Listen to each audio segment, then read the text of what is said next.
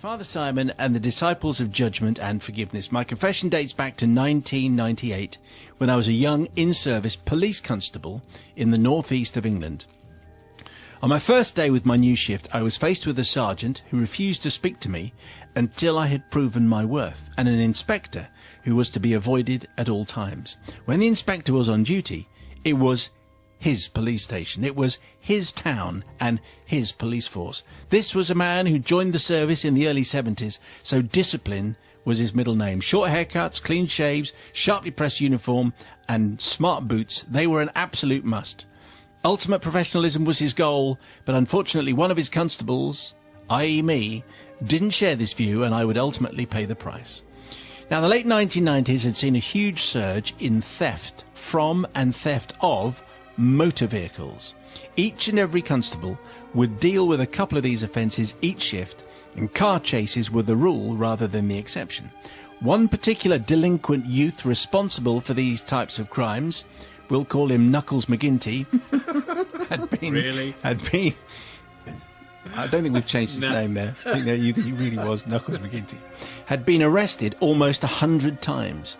Knuckles was causing the inspector much angst, and most night shifts began with the inspector instructing, make sure that wretched Knuckles is in the cells by midnight before he causes any more mayhem. Yes.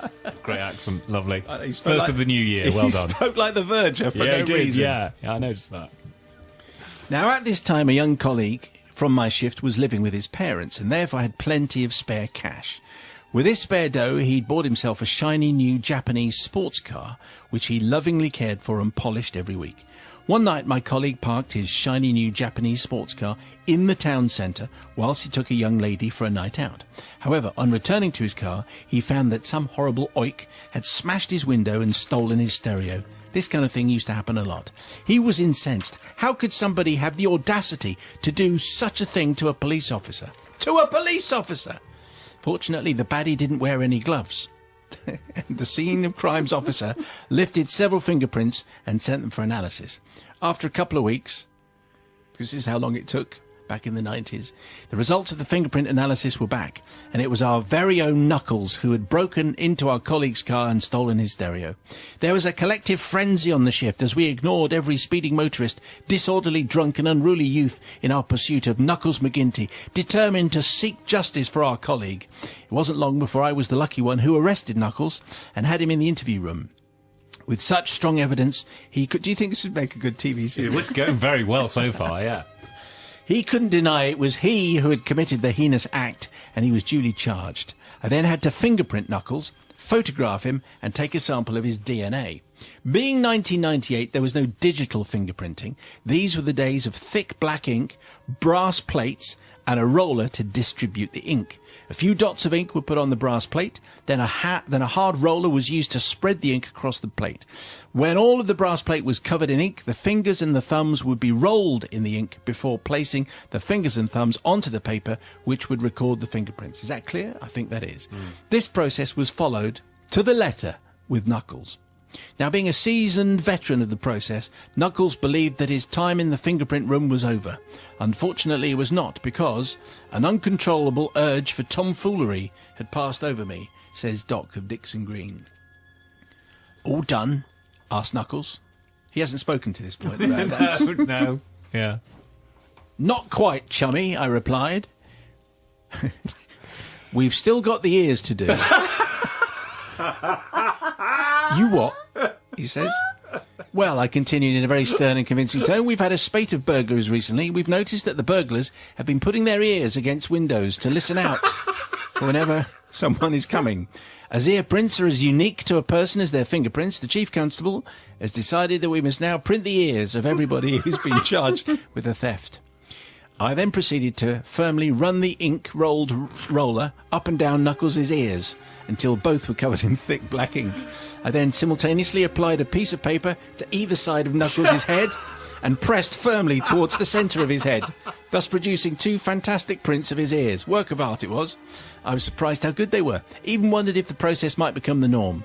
Knuckles dutifully signed his ear prints, as was the Chief Constable's instruction, and we were all finished. I directed Knuckles to the sink, where there was a large tub of green swarfiga, and he proceeded to clean his hands and his ears. Unfortunately, the sink was only designed for suspects to clean their hands, so no mirror was present. Knuckles' attempt at a clean-up was reflective of the absence of a mirror, because he didn't do a very good job.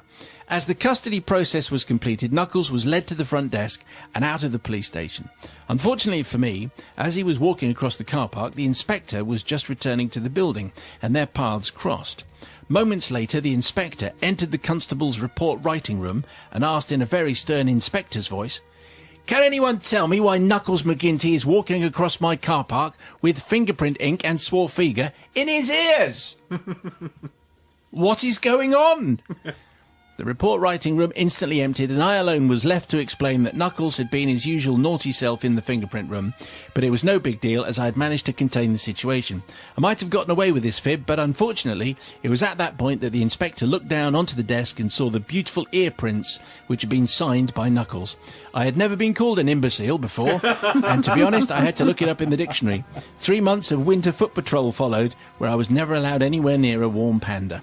I obviously don't seek forgiveness from Knuckles. It's a warm panda. It's a panda. No, I've got it now. Yeah. There aren't pandas in the northeast of England. Please. I had a whole different thing going on there. I obviously don't seek forgiveness from Knuckles McGinty. He was a rotter who brought misery to half the town.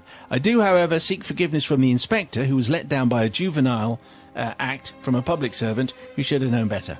But most of all, I seek forgiveness from Her Majesty the Queen Elizabeth II. You might have seen her in The Crown.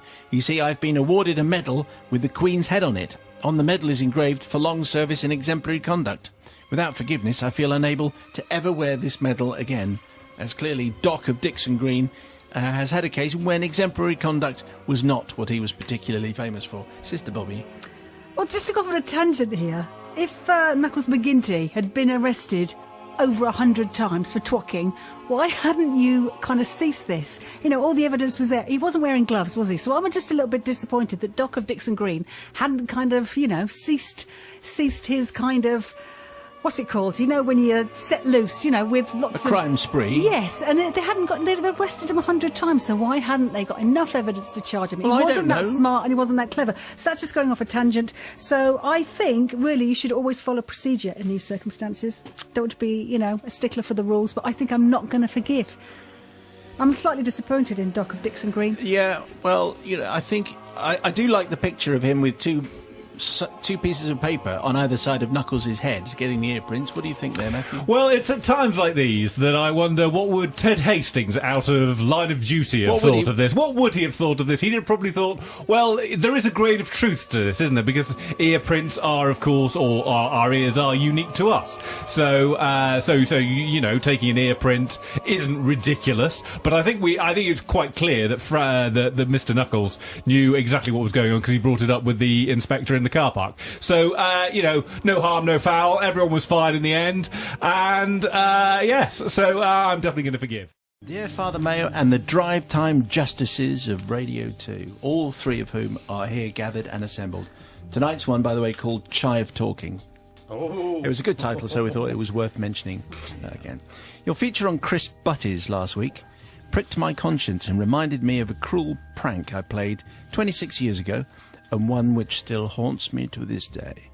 It's the summer of 1991, and a time when I had a vegetable patch full of, even though I say it myself, very healthy potato plants.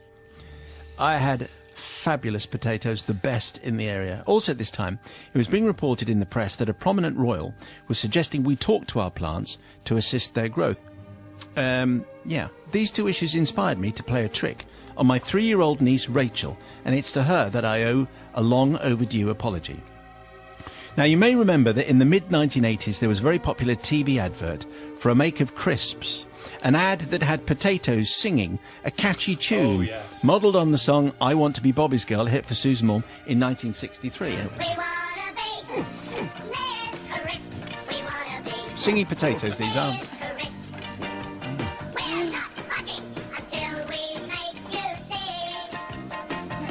Okay, so you may well remember that particular ad campaign. Now, at the time my tale takes place, this advert was no longer featured on television, and clearly finding an old advert on YouTube just wasn't done in 1991. But I was determined in my plan, so I therefore acquired a dictaphone, inserted some nearly spent batteries. This is a very kind of elaborate process here. Some batteries that were almost done. So it recorded very, very slowly. And after leaving a 30-second gap at the beginning, I then recorded myself singing the words to that advert, which you just heard, over and over and over again. Finally, I got rid of the old batteries and I placed new fully charged batteries into the dictaphone. And hey presto, when the recording was played at normal speed, my voice went high-pitched and sounded just like the ad, which you just heard.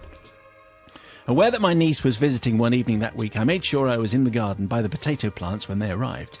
I was armed with the dictaphone, a piece of brown paper, a watering can for myself, and a child's watering can decorated with flowers, perfect for my little niece to use. Placing the dictaphone in the midst of the plants and covering it with brown paper, I watched her arrive and then pretended to water the potatoes. Uncle Paul, Uncle Paul, she says. It's a 3-year-old voice. What else can I do? What are you doing?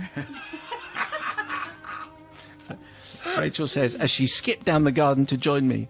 I'm skipping. I'm watering my thirsty potato plants, I say, but I've actually run out of water.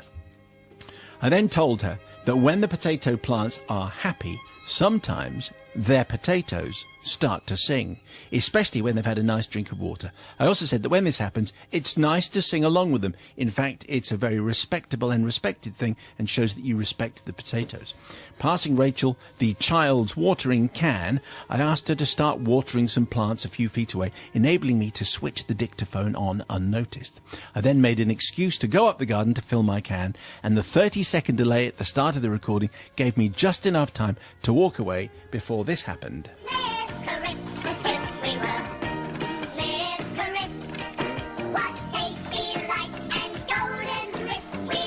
So by the time I'd walked to the water butt and returned, my niece was now singing along with the potatoes and actually stroking their leaves and smiling.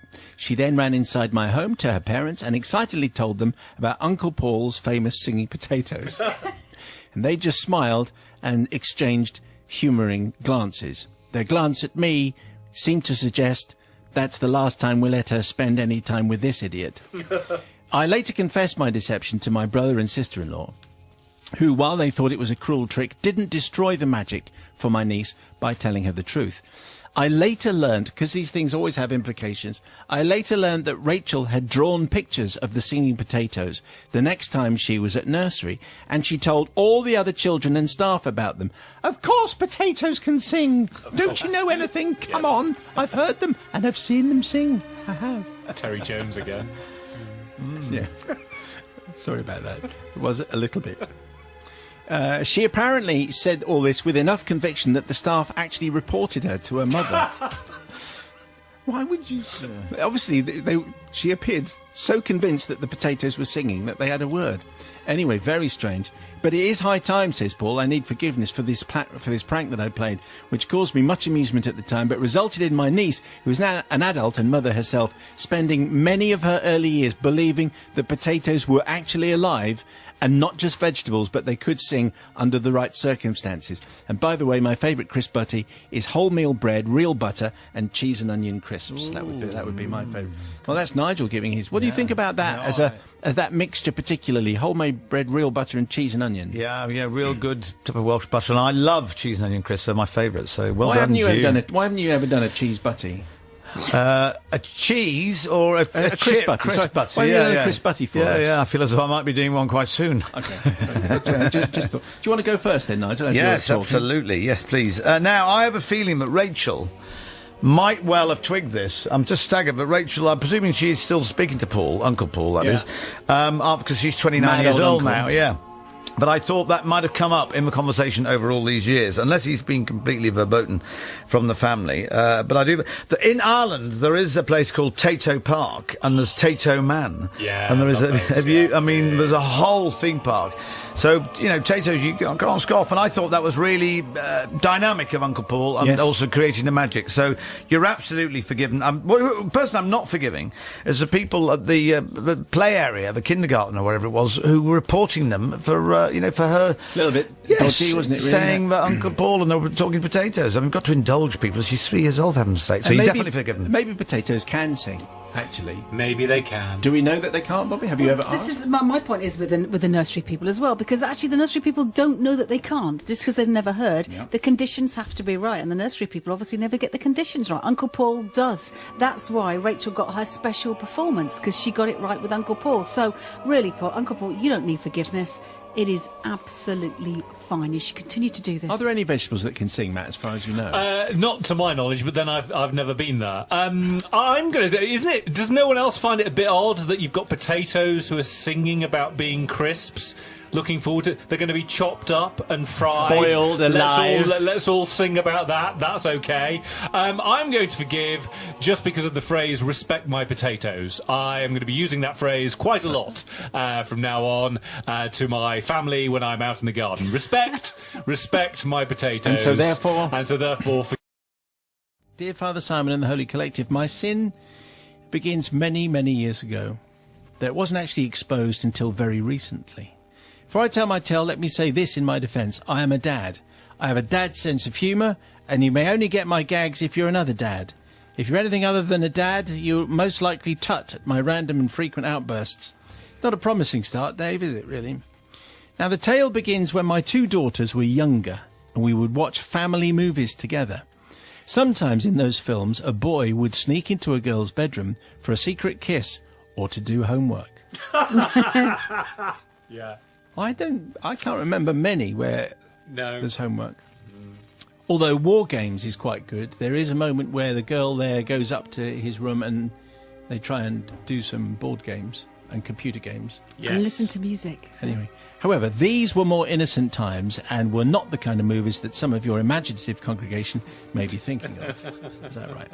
Anyway, whenever this took place in a film, I would warn my girls that if I ever caught a boy in their room, I would be out with a shotgun and ensure that he would never, ever would have an appetite to climb through another window or sneak up a staircase after dark. I'd show him. Now, Father Simon, I must at this point say I do not own a gun, never have owned a gun, never likely to own a gun, just in case the authorities are listening in. Just to be clear, it was just a gag.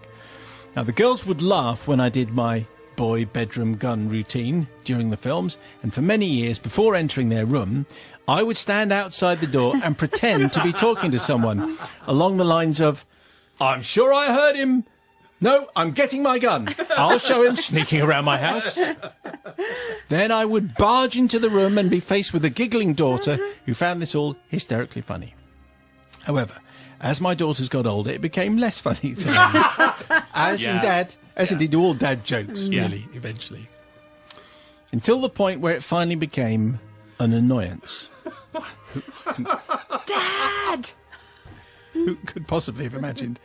However, I continued to do it as the reaction from my daughters was now funnier than the original bit of fun had ever been. Right. And this was classic dad humour in my eyes. Now, cut to the present day, and one Monday morning, Pamela called me at work to say that the shower... I'm married to Pamela. Say that the shower in our daughter Angela's ensuite was dripping. I said I would fix it when I got home and would stop off for a washer on the way, as this was most likely the problem. Arriving home via the DIY store later that day, I was just in time to pass my wife on the doorstep. Apparently she'd forgotten it was her turn to open the church hall for the local women's guild, and as she whizzed past without stopping, she shouted, "You'll need to get your own tea," over her shoulder. With the realisation she was out of the house for the night, a plan was forming in my head. Washer fixed, get a beer out the fridge, take away, just in time for the football coming on. Result, all the stereotypes coming true. Check. I got my box of tools out from under the stairs and headed up to Angela's room. Having seen her car in the drive, I knew she was home. So I did, so she's adult now. Yes. So I did my usual routine, knowing that it would infuriate her. "Right," I said. "That's it. I've had it. Another one sneaking into her room. I'm getting my gun. I am.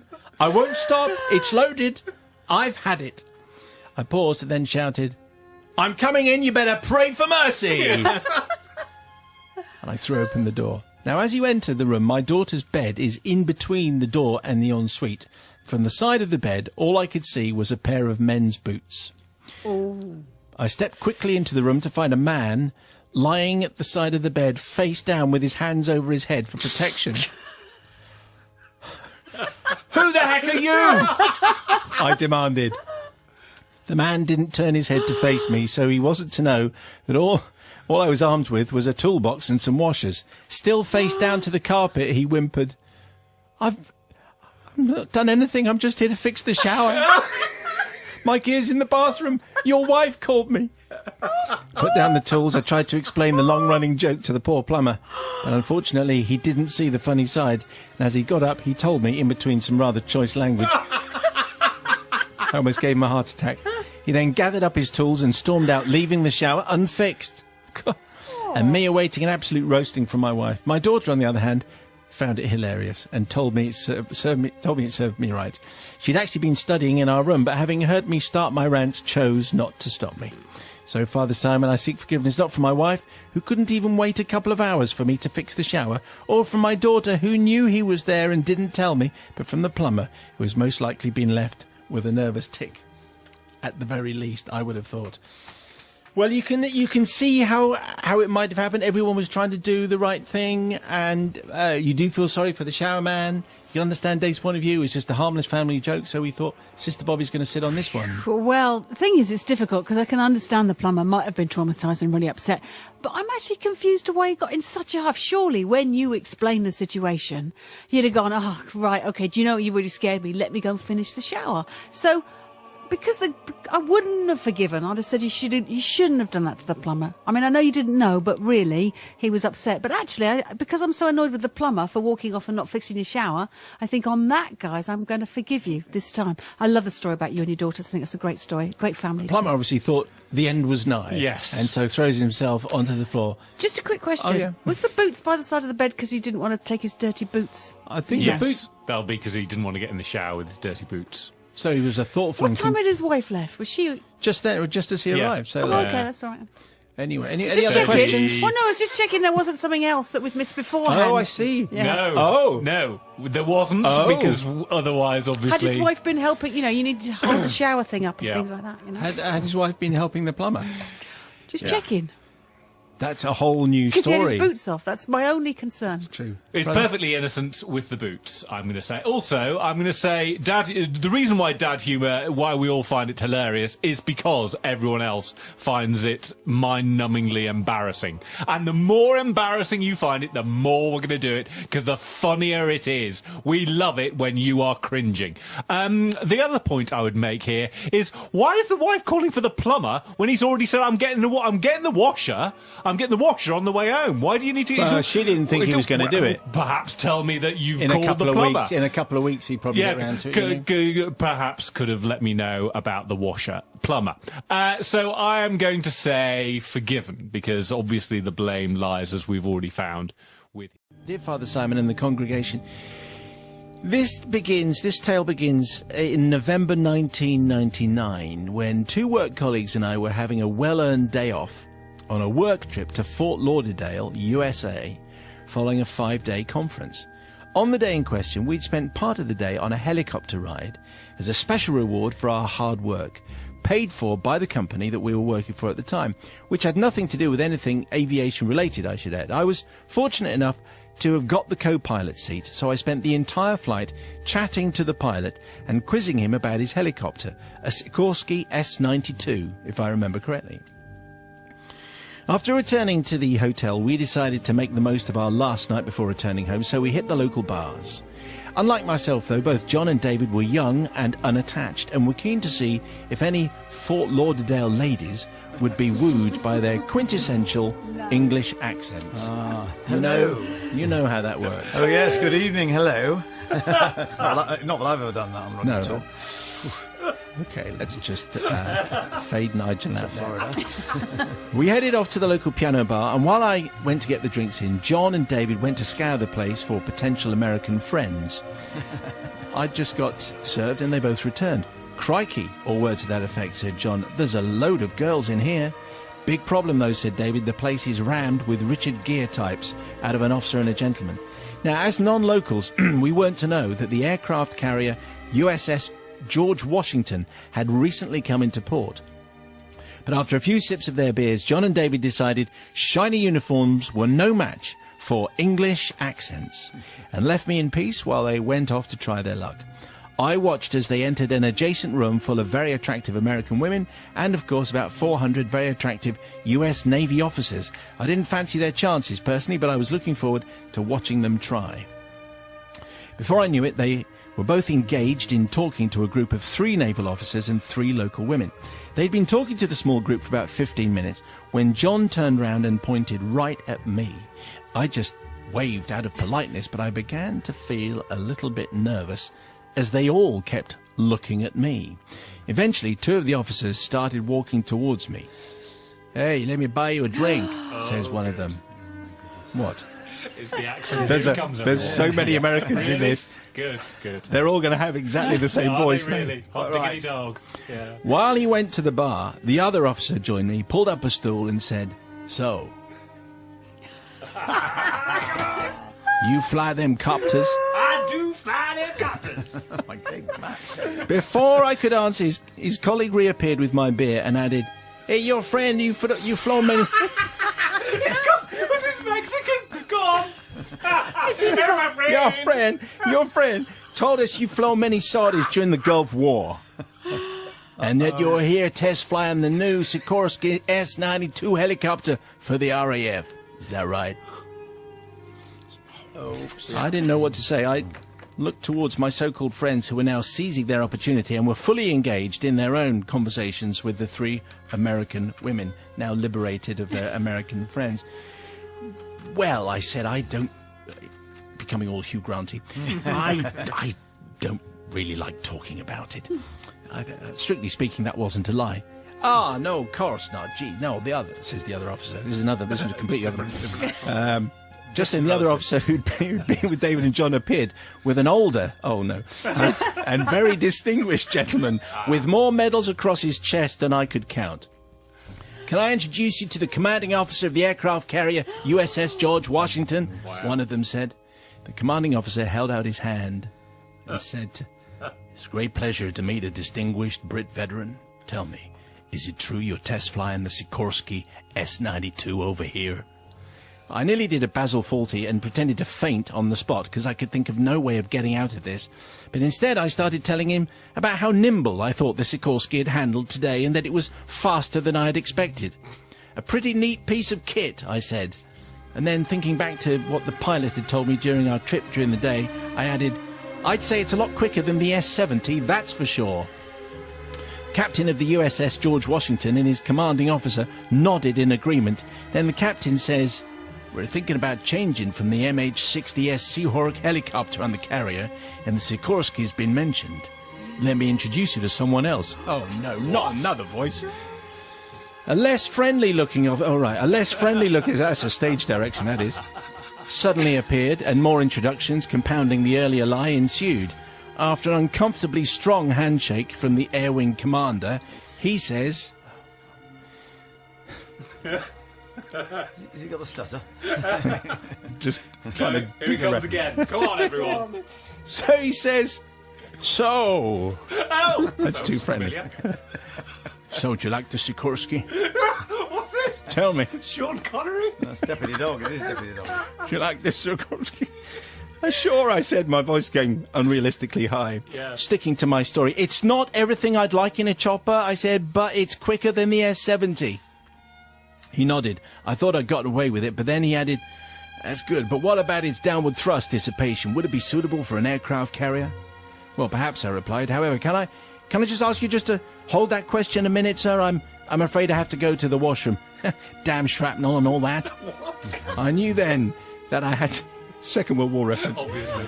I had to get out, and it could only get worse if I stayed around. As I headed for the washrooms, I grabbed David and John rather violently, has to be said. "You two, we're getting out of here," I shouted as we veered towards the exit and ran all the way back to the hotel. To this day, I still don't know how we managed to get out of that piano bar, or even Florida, without being killed for impersonating distinguished officers of the RAF. And so, Father Simon, I need forgiveness, not from the impressive Navy officers who hampered our attempts at chatting up American women, especially as technically I think the only lie I told was that I needed the bathroom. Instead, I would like to ask for your forgiveness on behalf of my shameless friends who to this day show no remorse for telling the American Navy that I was a top helicopter pilot just so that they could try and impress the ladies of Fort Lauderdale. Thank you, Joseph. Thank you. A vast cast there. I mean, it was. Well, if you close your eyes, there was almost in Fort Lauderdale. Of all ages and ranks. all ages, ranks, from nationalities, different states. Yeah. It was quite. It's a big country. Sorry about that. Anyway, Sister Bobby. Oh, it's a close one, Joseph. But actually, it was David and John that set it up. Absolutely. And you kind of got landed in it, and it's really, really tricky in those situations because you don't obviously want to let your mates down either. So it's a difficult one. The thing is, and where I think I might forgive you, is you got out just where it got critical because you can't advise those Americans. Well, he was advising the captain of the USS George Washington he was that the Sikorsky he was better. basically given his he was giving his impression, wasn't he? But he wasn't really saying you should only get this helicopter, was he? He wasn't kind of walking down that dangerous road. He was saying, yeah, you know, I liked it, but he wasn't guaranteeing that this was the best thing for it. So I think, Joseph, you just about got away with it and you bailed out just in time, but only just for me to forgive you. Novice, what do you make of that? Yes, I don't think he actually said, yes, it's perfect for the USS George Washington, with the thrusts and all that. He said it's quicker than the S-17. Yeah, which is true. But it's Which true. another guy told him, absolutely. No, poor old Joseph. That was one of those where you think, oh, my Lord, he absolutely landed in it. And I think he took the only sensible option, which was run! And he did, and fast, and grabbed his mates. So, Joseph, you got out of that well, and to this day, he must have been thinking, limeys. Forgiven, completely forgiven. Brother Matthew. Oh, he's definitely forgiven. Joseph does very well, and you've got to hope that the US Navy is going slightly more in detail when it's doing its aircraft procurement, rather than just going up to some bloke in the bar and saying, is it better than that one? Yes, it is. Right, we'll go with that then. He's got more downward thrust dissipation. Seen them live. So I am going to say... Father Simon and the always merciful Ecclesiastical Assembly of Beneficence. Dear Father Simon and the always merciful Ecclesiastical Assembly of Beneficence and Intelligence. Correct. Okay. I hadn't seen that bit before I got to it. A few years ago, I had to go to my daughter Daisy's school to pick her up for a dental appointment about half an hour before school finished. When I arrived, I tried to open the gate, but it was locked. Drat, I thought, it's Thursday. The caretaker, you see, was notorious for forgetting to unlock the gate as he left early on a Thursday. Why? I'm off! It's half day on a Thursday.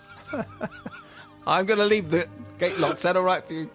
I started waving at the staff in the school office, which could just be seen across the playground, but no luck. They didn't look up and couldn't hear me shouting. I hadn't brought my phone and by now was beginning to get desperate. Then another parent arrived. He gave me a rather strange look as he went to open the gate. I was still gesticulating wildly at the office, trying to get their attention. Don't bother with the gate, I said, it's locked. Oh, he said, recognition dawning. Thursday. And at that point, he joined me in my frantic waving to try and attract attention from the staff. So now two of us waving like crazy. After 10 minutes or so of futile waving, I was getting worried. If we didn't make the appointment, we'd have to arrange another one. They were always fully booked for weeks. I don't know why the man needed his child, but he was looking a bit impatient as well, so we had a chat about what we could do. At this stage, I should point out that the school gate was a huge metal contraption. No getting in or out of there without proper access. However, the school fence was a different matter. Old, made of wood, drooping in places, it was a very poor example of a fence. It was slightly ashamed of itself. Anyway, having examined it closely, we decided the only option was for one of us to climb over the fence and go and find assistance. Yeah. The man, who I'd never met before as his child's in a different class, decided chivalry was in order and volunteered to do the deed. I think he was having some sort of fantasy about being a James Bond type of spy, but if that got us in, that was fine by me. I'm not sure that James Bond has ever broken into a school to attract teachers. Anyway, he walked up to the fence, moved round a little to find the bit that was dipped the most, put both hands on the fence, swung one leg over the top, and inevitably the fence collapsed, with most of him on top, but with one leg underneath. This was a very, very bad situation, and he yelped. On a positive note, this had the desired effect of getting the attention of everyone in the office. 2 women rushed out to help him, while the others peered gleefully through the window. It was probably the most exciting thing that had ever happened to them. It's certainly the most exciting thing that happened in the school. But I digress. The 2 women lifted the fence from the poor man. He had torn trousers, cuts and bruises aplenty. What a mess. Just from a fence. I can't be certain, though, as he wouldn't look at me. He hobbled into the school, gaze averted, being supported by the 2 ladies. I hoped his difficulty walking was due to the fence falling on his leg and not splinters in his nether regions, because that was a distinct possibility, the way it had all fallen, and from the way he was walking. Yeah. I remained behind the metal gate, and after a few further minutes elapsed, there was still no sign of anyone. This was a bit annoying now, as the man had promised when he got in he'd asked for the teacher to send Daisy for me, but he was probably too busy attending to his crutch or something. Anyway, at this point, other parents began to arrive to get their children. I accepted that there was no chance of making the dental appointment now. Stop it, Bobby. So I waited with everyone else. I could hear questions being asked about the broken fence, a lot of pointing going on too, and muttering of things like bloomin' vandals. And in broad daylight, too. It was all right this morning. I tutted and I knowed, and I shook my head ruefully. Eventually, I saw my partner in crime being led across the playground. Are you passing notes now, Matt? What does the note say? Show it to me. No, I'm not. It's all right. I saw my partner in crime being led across the playground by one of the kindly office ladies. Apart from his new limp, he didn't seem too badly hurt. However, he turned his face away when he saw me, and to be honest, I must admit to being more than a bit relieved. As they reached the gate, and the woman made to open it, the man muttered something like, "No bother, that's Thursday, lazy caretaker." From his expression, I'm sure he was already planning the caretaker's comeuppance. However, as he was speaking, the office lady gave a hefty tug on the bolt. With a grating sound, it slid back and the gate opened. Of course. No, she said it's open, as any idiot can see. Well, most. At this point, the helpful gentleman did finally turn to look at me, and I have to say, it wasn't a very nice look, Father Simon. I felt absolutely mortified and stepped backwards, trying to blend into the crowd. I couldn't even leave, as I still had to wait for Daisy. Instead, I had to stand and listen to what the parents would like to do to whichever disgusting vandal had broken the school fence. If only we knew who had done that. I'm reminded of my sin every day as I drop off, and later wait for my daughter by the shiny new fence. So, Father Simon, and the wise and understanding flock gathered around you, I'm seeking forgiveness not for missing a dental appointment with no notice, definitely not, they charged me anyway, nor from the school, although I'll admit I should have tried the gate, really, in the first place, but it was known for being left locked on a Thursday, and the fence was so flimsy it was obviously a hazard. In fact, now I come to think about it, I've probably saved the school from being sued. Yeah. What if a child had landed on it and been squashed? Or had an unsuspecting parent landing on them? Also, they now have a lovely shiny new metal fence going all the way around the perimeter, which they wouldn't have had if it hadn't been for me and my partner in crime. Obviously, though, I'm seeking forgiveness from him, the poor man, who was unceremoniously attacked by the fence and had such an undignified entrance to the school and a limp when he came out of it. I haven't seen him since, and I'm not sure if this is a coincidence or if he hides when he sees me. I honestly couldn't blame him if he did. Well, you know, it's quite... I think Bobby's going to be quite harsh on this, because it's very dangerous to climb over a fence, because you never know what's going to happen. And it clearly attacked him, and he was clearly limping when he came out. So all they had to do was try the fence. Wasn't very difficult. What do you think, Bobby? Try the gate. Well, the thing is, actually, you're wrong, because actually, there was, look, she made a genuine mistake, and those, you know, who hasn't battled with a gate and assumed it's locked? Especially, I mean, it's wrong to assume, of course, but it was Thursday, and of course, things get locked on Thursday, so if it had been a Wednesday, maybe she'd have tried harder, but of course, it was Thursday. Is Thursday she assumed notorious for having... Well, there it is. Yeah. The thing is she took the words right out of my mouth. They highlighted all their adventures together, highlighted the weak link. The child containment area had a weak link, and there was a kind of potential for, 17 children to run through that gate, or go over the fence, sorry, not through the gate. So they did the school a favour. So they did, I think she did do them a favour, because the big picture could have been much worse. But what I do think, Mary, although I'm going to forgive you, easy to forgive you, you should have made them a cake or something. New trousers. Tweezers, maybe, for the splinters.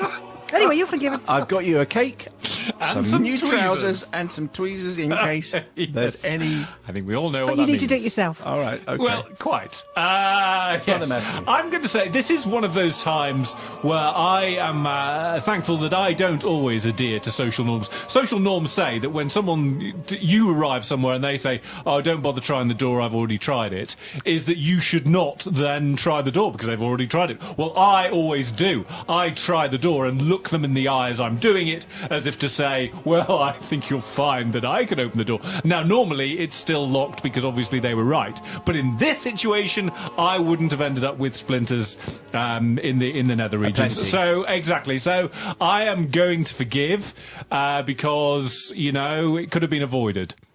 Doesn't that? No, that means I'm not going to forgive because it could have been avoided. Dear Simon and the Esteemed Collective, I wish to report on an episode in my life that will never happen again. I'd been requested to assist in a visit by the Queen Mother to the Cinque Port of Dover. She was to arrive by helicopter, which was to land in a local school on the cliffs of Dover, and she'd then be transferred to her limo for her drive into town. My involvement is that I was expected to assist in the transfer and ensure the convoy and escort were all parked correctly for a smooth getaway. Why me? Well, I wondered myself, was it because of my time in the forces, where I had regularly protected a helicopter in combat areas during landings? Well, either way, I'd been ordered to dress smartly and report to the stores for my comms. Okay? For your what? For your comms. I imagine it's a communication pack. It's your, it's your headset. Okay. All that kind of Well stuff. done. Yes? Thanks for that. Okay. Just it's an education. Yeah. As there was a light rain, on and off, I had dressed in one of my suits and had on a grey calf-length raincoat. I duly turned up at the time requested, signed for my comms pack. There I was, squeaky clean, nice and smart, with an earpiece and curly wire going into my collar and a microphone in my cuff. I looked the biz. I had studied the drawn arrangements for all the personnel to memory, and I made my way to the main gates of the school. As it turns out, I was the first on site, and I was ready for my mission. Some uniformed police arrived and duly took over control of the school gates, refusing to let anyone in without my nod. The school was a military boarding school, but not all the staff lived on site. Thus, as vehicles arrived and were inspected, it was up to me whether they gained access or not.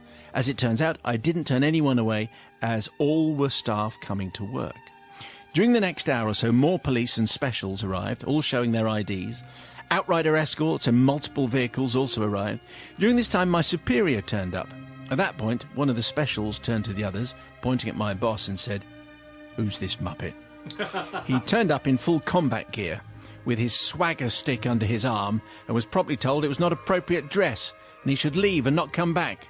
Looks like I was being promoted by default, so check me out.